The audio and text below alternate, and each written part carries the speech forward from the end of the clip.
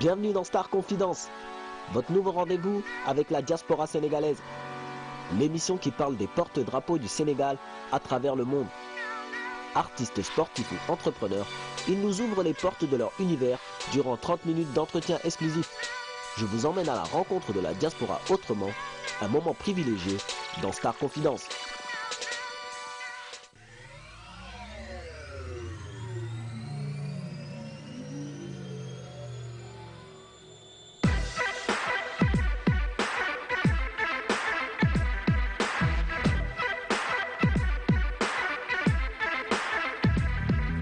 Bienvenue dans Star Confidence.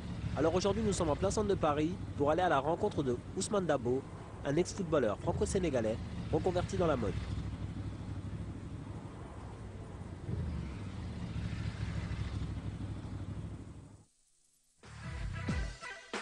Pour Star Confidence, Ousmane Dabo a accepté de nous accorder un entretien exclusif chez lui.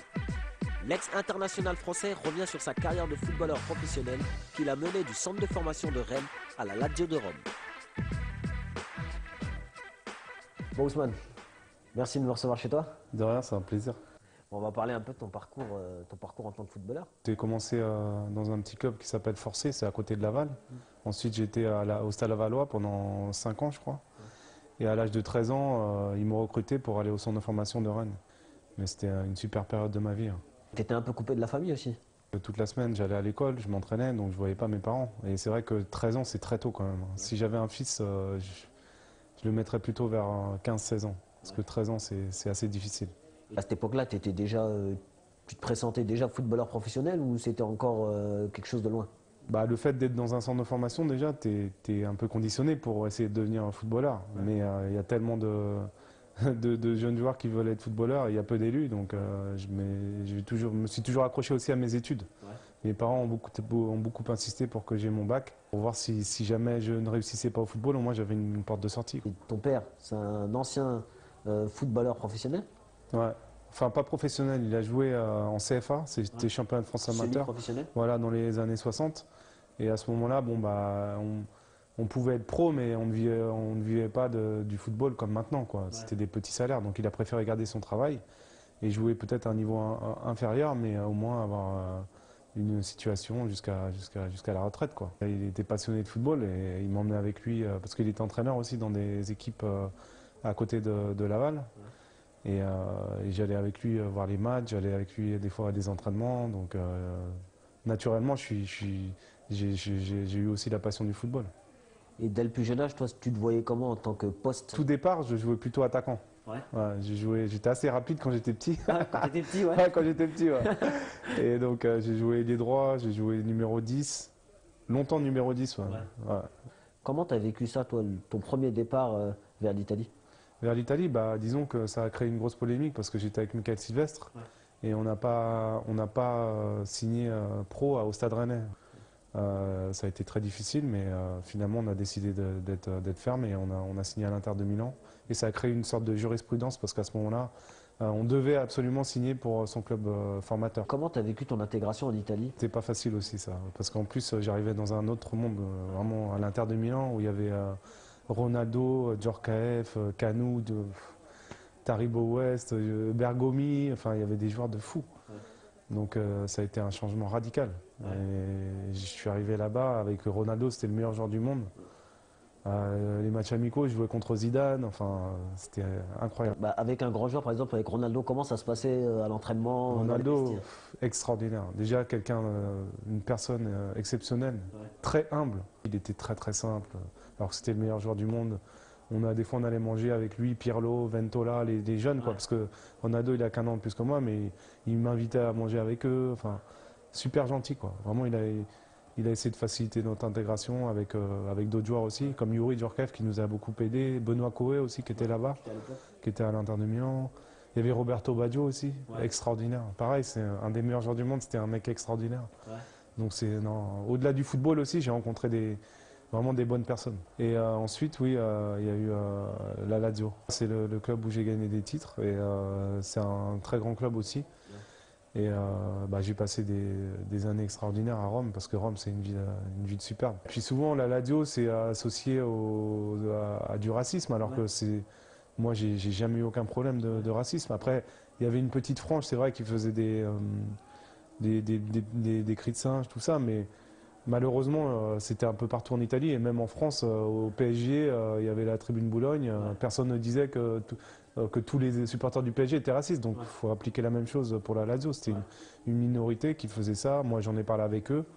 Ils me disaient que c'était plus pour déstabiliser qu'autre chose et je leur avais dit que ce serait mieux d'éviter, quoi. Mais sinon, j'ai jamais eu aucun problème, jamais de souci. D'un point de vue international, t'as pas intégré l'équipe de France A? À cette époque, il y avait une concurrence énorme. Il y avait Vieira, Makelele, Deschamps, Bogossian, Lamouchi, Dacour. Non, mais j'oublie des joueurs. Emmanuel Petit. Emmanuel Petit, ouais, à l'époque aussi. Non, c'était une concurrence extraordinaire. Ouais. Donc, je suis quand même fier d'avoir eu quelques sélections, vu la concurrence. Et tu as gagné la Coupe des Confédérations. Ouais, j'ai gagné la Coupe des Confédérations avec cette équipe de France A. Et comment tu as vécu cette compétition, toi, sachant que c'était ta première compétition internationale? C'est un rêve qui se réalise puisque l'équipe était très forte. Ouais. Et non, je l'ai vécu vraiment à fond et j'ai apprécié, quoi, parce que c'est quand même l'équipe de France. Tu es franco-sénégalais, donc ton père est sénégalais. T'as pas eu l'occasion à l'époque de... Non, ça justement on me pose souvent cette question au Sénégal. Mais à cette époque, on n'avait pas le droit de changer de nationalité. Ouais. À cette époque, c'est arrivé beaucoup plus tard. Moi, j'ai été pris en sélection à l'âge de 16 ans. Donc c'était en 93, je crois, 93, quelque chose comme ça. Ouais. Donc ça me venait même pas à l'idée de choisir le Sénégal, puisque j'étais né en France, j'étais jamais allé au Sénégal, et c'était le parcours naturel de choisir l'équipe de France. Ouais. Par rapport à l'équipe du Sénégal, comment tu as vécu les qualifications? Je suppose que tu as suivi. Oui, j'ai suivi. J'ai regardé surtout les deux matchs contre la Côte d'Ivoire. C'est vrai que c'est dommage qu'au match aller, ils aient eu peur. Ouais. Il y a eu des énormes erreurs défensives parce qu'on a vu au match retour qu'ils pouvaient se qualifier. C'est passé tout près. Ouais. C'est dommage. Mais il faut garder cette base d'équipe-là. Je pense que Giresse fait du bon travail. Et j'espère qu'ils vont continuer à progresser. Mais ils ont des bons jeunes, donc je pense que ce sera toujours une bonne équipe, le Sénégal.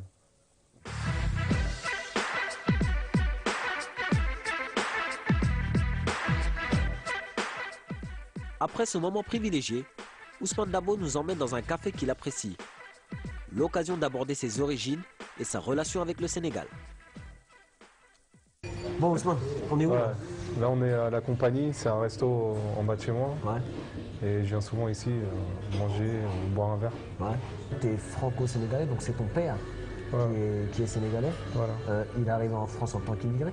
Ouais, non, il était français parce qu'à l'époque, le Sénégal était encore une colonie française.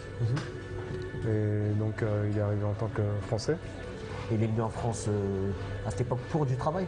Oui, il était venu pour du travail et pour jouer au football aussi, puisqu'il était déjà international sénégalais. Donc, je ne sais plus dans quelle ville il est arrivé, je crois qu'il est arrivé à Blois. Il a joué là-bas et ensuite il est venu à Laval.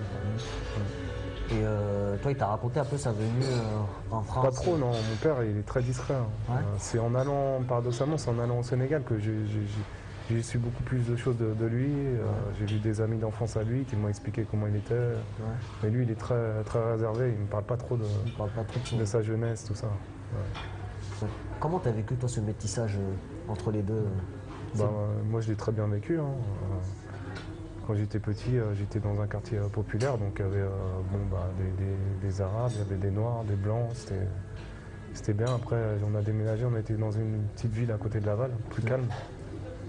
Et non, j'ai jamais eu vraiment de gros problèmes, quoi. Ouais. Ça s'est bien passé. Justement, c'est une force, c'est de pouvoir puiser dans deux cultures différentes. Et deux mentalités différentes. C'est un enrichissement. On ne peut pas choisir. Ouais. Moi, je suis fier de mon côté aussi français, de ma mère qui est blanche, et de mon père aussi. Voilà. Faut essayer de prendre le meilleur de chaque culture. Ouais. Ta mère, elle a déjà été au Sénégal, donc? Ma mère, une fois, elle est venue avec moi et mon papa, on est allé au Sénégal, je l'ai emmené. Et comment elle a trouvé ça, elle, finalement? Non, ça l'a pas surpris parce qu'elle était, je sais pas, elle avait quand même cette perception du Sénégal par rapport à mon père. Et elle a toujours été dans un... Tu sais, à Laval, il y avait beaucoup de Sénégalais aussi, donc ils venaient chez moi prendre le thé ou discuter avec mon papa. Donc voilà, elle n'a pas été surprise, quoi. Elle a beaucoup lu aussi sur le Sénégal. Quand elle est allée là-bas, elle était préparée. Elle savait à quoi... Elle savait à quoi s'attendre. Bon, tu as été au Sénégal très tard. Ouais, très tard, j'ai été à l'âge de 18 ans, 19 ans je crois. Et non, c'était un choc, hein, parce que c'est vrai que c'est ma deuxième moitié, quoi. Donc je voulais découvrir, quoi. Ouais. J'étais vraiment choqué, quoi, impressionné. Qu'est-ce qui t'a choqué là-bas? Bah, le mode de vie déjà, qui n'a rien à voir avec l'Europe. Ça nous remet aussi des idées en place par rapport à tout ce qui est matériel.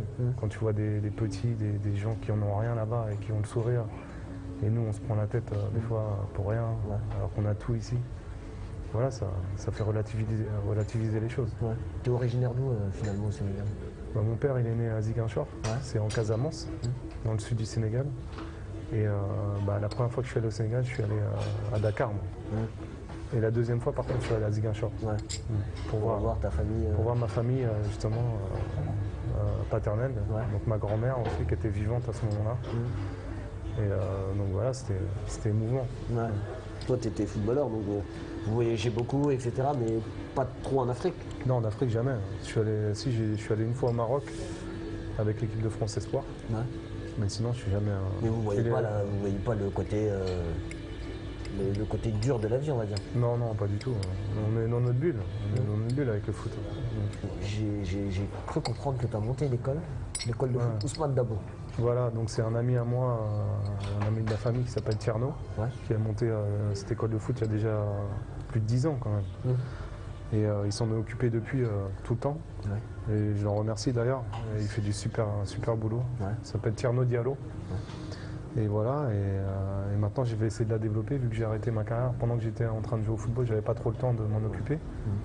Mais maintenant, vu que j'ai arrêté ma carrière, je peux aller voir les enfants, essayer de pourquoi pas en amener en Europe, en faisant les choses bien. Qu'ils soient encadrés, qu'on ne les laisse pas. Parce qu'il y a beaucoup d'agents aussi qui ont amené des enfants en Europe et si jamais l'essai ne marchait pas dans un club, il les laissait dans la rue, quoi, pratiquement. Donc non, moi, si jamais ça arrive, je m'occuperai des gamins de A à Z. De A à Z jusqu'au bout. Et donc le but c'est ça, c'est de trouver former des jeunes au Sénégal et leur donner la chance de... Voilà, quelques-uns, pas tous évidemment, parce qu'il y a peu d'élus, mais si je peux amener 2-3 enfants, enfin jeunes joueurs en France, et qui réussissent, ce serait extraordinaire, parce que ça leur donne une opportunité de réussir leur vie, quoi, en quelque sorte. Et Dieu sait combien il y a de joueurs avec du talent au Sénégal. Là, quand la dernière fois que je suis allé, j'ai vu des petits jeunes avec un talent extraordinaire. Tu parles Wolof? Non, je parle pas Wolof malheureusement. On va te trouver un professeur là-bas. Ah, on va essayer, parce que quand je vais là-bas, je me fais charrier. Ah ouais? Ils me disaient comment ça, tu parles pas Wolof, c'est pas normal et tout ça. Ousmane Dabo, il est marié? Non, je suis pas marié, je suis célibataire. Ah. Je suis ouvert à toute proposition. T'es à la recherche de l'âme sœur. Voilà, exactement. Très bien. On va te présenter les Sénégalaises. Ok, avec plaisir. En plus, là-bas, ce qui est bien, c'est qu'il y a la polygamie. Ah oui, non, mais moi je suis pas polygame par contre. Ah. T'es pas un vrai Sénégalais? Ah non, là c'est ma moitié blanche qui parle. Donc il faudrait te trouver une petite Sénégalaise. On va essayer de te trouver ça. Ça va te permettre de parler Wolof. Ouais, c'est vrai que ça me permettrait d'apprendre. Ouais. D'accord. Et toi, tu lui apprendras le français. Voilà. C'est bien, ça c'est le bon deal, ça c'est le bon deal. C'est un échange. C'est un French deal. Voilà, un French deal, voilà, exactement. Quel plat tu préfères dans la cuisine sénégalaise? Le yassa. Le yassa? Ouais, le yassa, j'adore. Yassa poulet? Yassa poulet, yassa poisson, c'est vraiment mon plat préféré. Tu cuisines? Pour en manger tous les jours. Ah ouais? Donc il faut réellement te trouver une femme sénégalaise. Ah ouais, vas-y, je te donne cette mission-là alors. Tu cuisines un peu? Moi, vite fait, les trucs basiques quoi. Histoire de pas mourir de faim. Histoire de pas aller au resto tous les jours. Voilà, exactement. Mais tu cuisines pas du tout? Non. Quel est le plat que tu cuisines le mieux? Les pâtes. Vu que j'étais en Italie, je suis un pro des pâtes par contre. Ah ouais? À tous nos invités, on demande quel est ton gris-gris? Moi, j'ai pas de gris-gris. Moi, je suis pas superstitieux du tout, quoi. Du tout? Du tout. En tant que footballeur? Pas du tout. Rien. Pas du tout. Il y a des footballeurs qui rentrent avec le pied droit. Non, toi? Non. Moi, j'ai jamais eu de superstition. Quelle est la place de Dieu pour toi aujourd'hui? Est-ce que toi, tu es croyant ou pas? Non, moi je suis pas croyant. Ouais. Je suis pas croyant, mais bon, je suis. Disons que je suis en pleine réflexion, j'ai 36 ans là, donc. Avant, je pensais beaucoup au foot, évidemment, parce que c'était mon métier, il fallait que je donne tout, mais là, je m'ouvre plus sur la vie, quoi, en général. Et je me pose des questions, comme tout le monde. Parce que j'étais focalisé vraiment sur ma carrière, quoi. Et ça prend vraiment toute ton énergie, hein, le foot. Hein. C'est vraiment difficile. Surtout en Italie, hein. On a une pression énorme. Tous nos gestes sont orientés pour être performant sur le terrain. Quoi. Tout ce que tu fais dans ta vie, tu le penses pour être performant ensuite le dimanche sur le terrain. Donc voilà. Mais maintenant, j'ai plus de temps, donc je peux plus regarder des émissions de politique, par exemple, ou de faire plus attention aux choses sociales, voilà. Alors que nous, quand on joue tous les 2-3 jours, on n'a pas le temps de regarder trop la télé, tout ça. C'est plus ça qui nous empêche de nous ouvrir.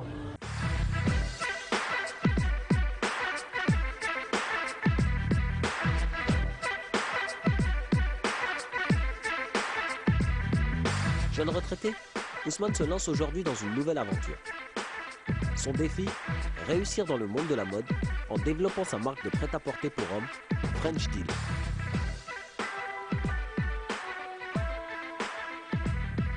Ouais, je me suis lancé dans cette marque-là avec Steven, qui est mon ami avant tout et mon associé sur cette marque il y a quelques années. C'est un projet ambitieux. On essaie de faire des vêtements de qualité. Et il y a aussi Ian Maimi qui est notre associé qui joue en NBA, lui, à Indiana Pacers. Et tous les trois, on donne le maximum pour que la marque elle puisse un jour vraiment se développer au maximum. Et toi, Ousmane, c'est quoi ton rôle dans la marque? T'es pas que associé, peut-être t'es le mannequin, non? Ouais, le mannequin, je le fais de temps en temps, ouais. C'est vrai, parce que déjà d'une, j'adore nos vêtements, j'adore les porter, et ça c'est important. Et voilà, sinon j'essaie de faire connaître la marque au maximum, d'aider Steven de temps en temps aussi pour le développement. Après tout ce qui est design des vêtements, fabrication des vêtements, c'est Steven qui s'en occupe. Voilà, moi j'ai un rôle plutôt complémentaire. Tu aurais pu, je sais pas, être comme beaucoup entraîneur ou commentateur ou c'est pas quelque chose qui te... Non, ça m'intéresse pas. J'ai essayé de commenter des matchs, mais j'ai pris aucun plaisir pour commenter. Non, je préfère soit jouer vraiment ou rien du tout, quoi. Après, c'est vrai que je regarde encore quelques matchs, les gros matchs à la télé, mais j'ai un petit peu décroché du fait que je ne joue plus, je suis moins attentif.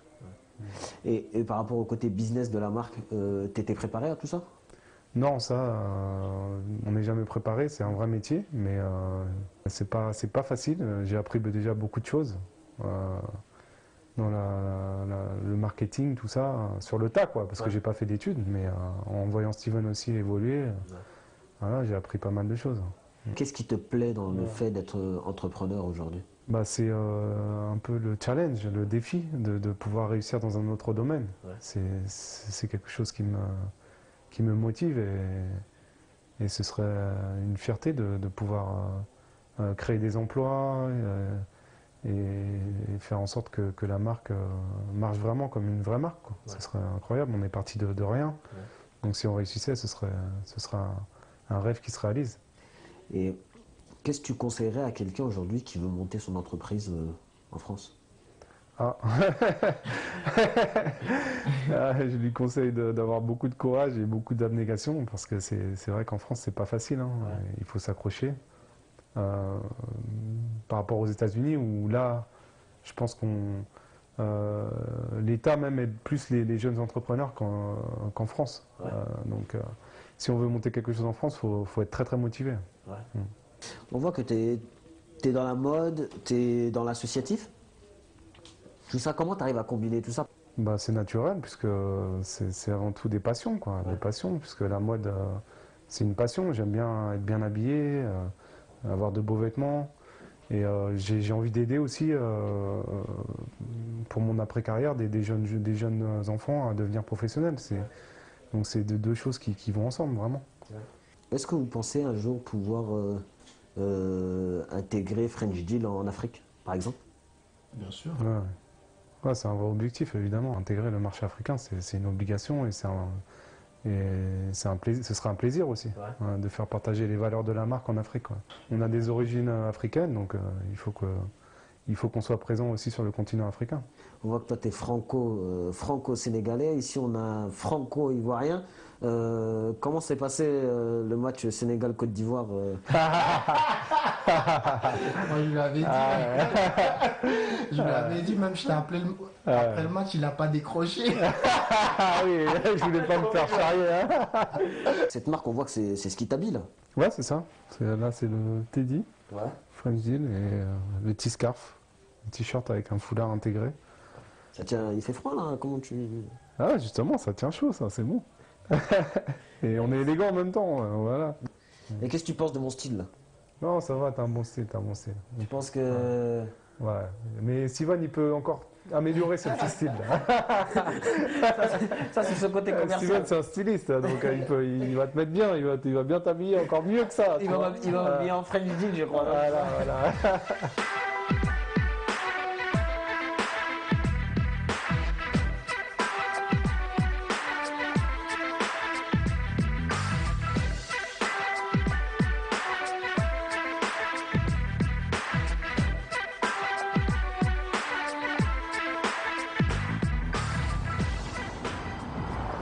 Voilà, Star Confidence, c'est terminé pour aujourd'hui. Mais je vous retrouve très bientôt pour aller à la rencontre d'une personnalité de la diaspora sénégalaise. Ici Paris, à vous Dakar.